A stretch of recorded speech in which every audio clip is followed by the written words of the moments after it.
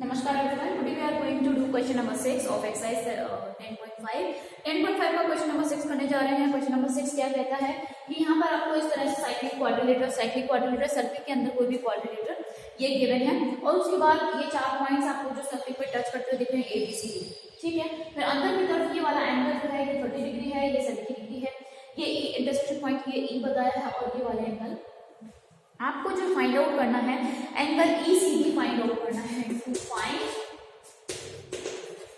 Angle ECD ये वाला angle जो है वो आपको निकालना है, ठीक है। सबसे पहले आपको पता होना चाहिए क्योंकि यहाँ पर हम सेगमेंट की बात हो रही है तो सेम सेगमेंट में बनने वाले जो एंगल्स होते हैं वो इक्वल होते हैं। तो यहाँ पर मैंने सेगमेंट लिया है ये BC, तो ये वाला एंगल ये एंगल और ये वाला जो एंगल होगा आपस में इक्वल होगा। सो यहाँ पे जब हम सॉल्यूशन स्टार्ट करेंगे तो angles are on the same segment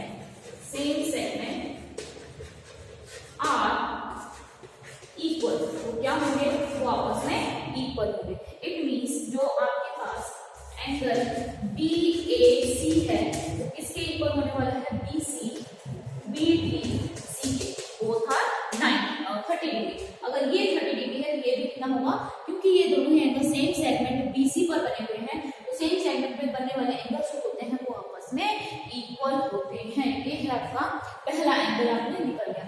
अब क्या बात करेंगे हम बात करेंगे कि भाई ये वाला एंगल आपके पास निकल गया। अब ट्राइंगल इसमें देते हैं, ये एंगल आपके पास आ चुका है 30। नाउ इन ट्राइंगल किसकी बात करेंगे DBC की। तो DBC में angle D plus angle D plus angle C इनका टोटल कितना होना चाहिए 180 डिग्री के इक्वल होना चाहिए। एंगल D आपके पास निकल रहा है 30 degree, angle B 70 degree given है और एंगल C की वैल्यू हम निकालते हैं 180 डिग्री करके। तो एंगल C कितना हो गया 180 डिग्री माइनस 70 प्लस 30 हो गया आपके पास 100। तो एंगल C की वैल्यू जो आपके पास आई है वो कितनी डिग्री आई है 80 डिग्री यहाँ पर आई है। इस टोटल एंगल की वैल्यू कितनी हो गई, यहाँ से लेके यहाँ तक की वैल्यू ये तो हो गया 30 डिग्री आ गया, ये आपके पास आ गया 80 डिग्री। बट हमें फाइंड आउट करने के लिए कहा है एंगल ECD। इट मींस ये वाला एंगल हमें फाइंड आउट करना है, ये एंगल आपको फाइंड आउट करना है। जब ये पूरा आपके पास 80 डिग्री है, ठीक है, और अभी हमने यहाँ पे क्या लिखा है क्वेश्चन में ये गिवन है कि AB जो है वो BC के इक्वल है, AB साइड BC के इक्वल है। तो जब किसी ट्राइंगल में इस तरह से ट्राइंगल बना हुआ है ABC, तो AB साइड BC के इक्वल है तो ये वाले एंगल जो होंगे अपोजिट एंगल्स क्या होंगे आपस में इक्वल होंगे। अगर ये 30 डिग्री है तो ये भी कितना होगा, ये वाला एंगल भी कितना होगा, यहाँ से लेके यहाँ तक 30 डिग्री होगा। तो जब आपके पास ये वाले एंगल्स यहाँ पे लिखे हैं मैंने ये एंगल इसके इक्वल हुआ, क्यों, क्योंकि यहाँ पर जो AB BC क्वेश्चन में गिवन है angles opposite to equal side और आल्सो इक्वल।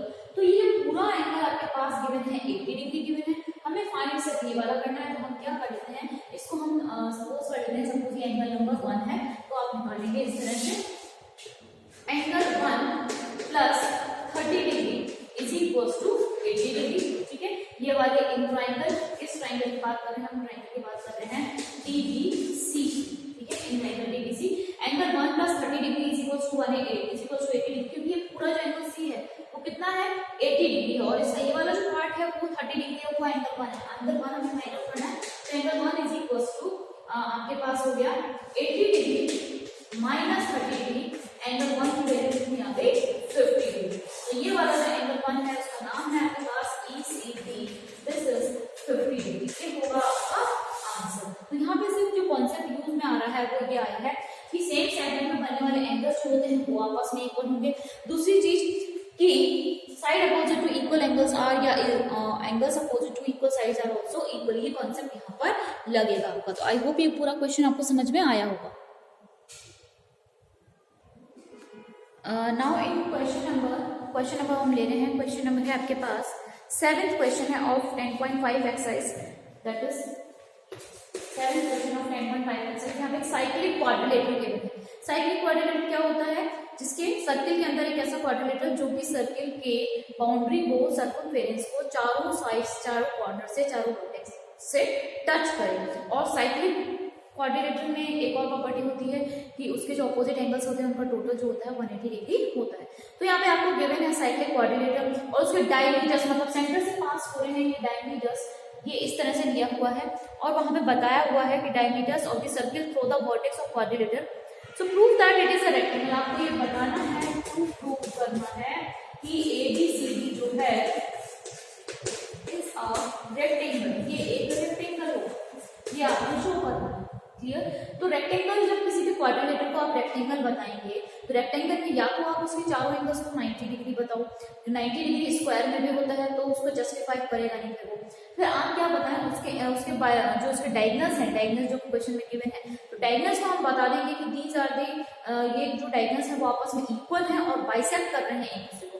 तो देखिए हम कैसे करते हैं इसको, तो सॉल्यूशन में देखते हैं। देखो OA OC OD और OB क्या है, सर्किल की रेडियस है, these are the radius of the circle. Centre से सर्कमफेरेंस का डिस्टेंस जो है वो क्या है, सारी रेडियस है, ये भी रेडियस, ये भी रेडियस, ये भी रेडियस, ये रेडियस। तो we can write as OA is equals to OC, OA is equals to OC, ठीक है। और आप लिख सकते हो OD is equals to OB। क्यों? क्योंकि ये क्या है, सभी जो है these are the radius of circle, ये सर्किल की रेडियस है सभी के सभी। क्लियर? और आप इसको किस तरह से लिख सकते हो कि OA जो है वो OC के इक्वल है और इन दोनों से मिलके क्या बना है, क्योंकि ये इसका जो टोटल जब हम करेंगे तो AC मिलता है और ये दोनों जब हाफ हाफ इसके आपस में इक्वल है तो ये क्या है, ये हाफ ऑफ AC है। This is equation number 1। ऐसे ही जब आप देखें दूसरा कि OB is equals to OD, this is half of BD, ये भी हाफ ऑफ BD के इक्वल है। तो यहाँ पे आपके पास हो गया ये दोनों ही जो आपके पास है OD और OB जो है हाफ ऑफ BD के इक्वल है। तो देखो ये क्या चीजें हैं एक्चुअली, OA जो है OC के इक्वल है, रेडियस ऑफ द सर्किल ये दोनों आपस में इक्वल है तो इनका टोटल भी आपस में इक्वल होगा। मतलब AC जो है जब ये सारे आपस में इक्वल है सो वी कैन राइट ये वाली जो आपके पास अबव इक्वेशन है। So by the above equation you can write AC is equals to BD और ये आपस में क्या कर रहे हैं, इक्वल तो है ही और ये आपस में एक दूसरे को बाइसेक्ट कर रहे हैं। AB is equals to AC and this is bisect each other also, bisect each other also। ये दिख रहा होगा कि आपको बाइसेक्ट कर रहे हैं मतलब 2 इक्वल पार्ट्स में डिवाइड कर रहे हैं, ये वाला पार्ट इसके इक्वल है, ये वाला पार्ट जो है वो इसके इक्वल है। सो quadrilateral ABCD is a rectangle। ये क्या होगा, ये एक रेक्टेंगल होगा। आई होप ये पूरा क्वेश्चन आपको समझ में आया होगा। रेक्टेंगल बताना था, अगर आप इसके 90 डिग्री एंगल्स बताएंगे तो वो तो स्क्वायर भी हो सकता है, तो इसके जस्टिफाई करते हुए ये है आपके पास रेक्टेंगल।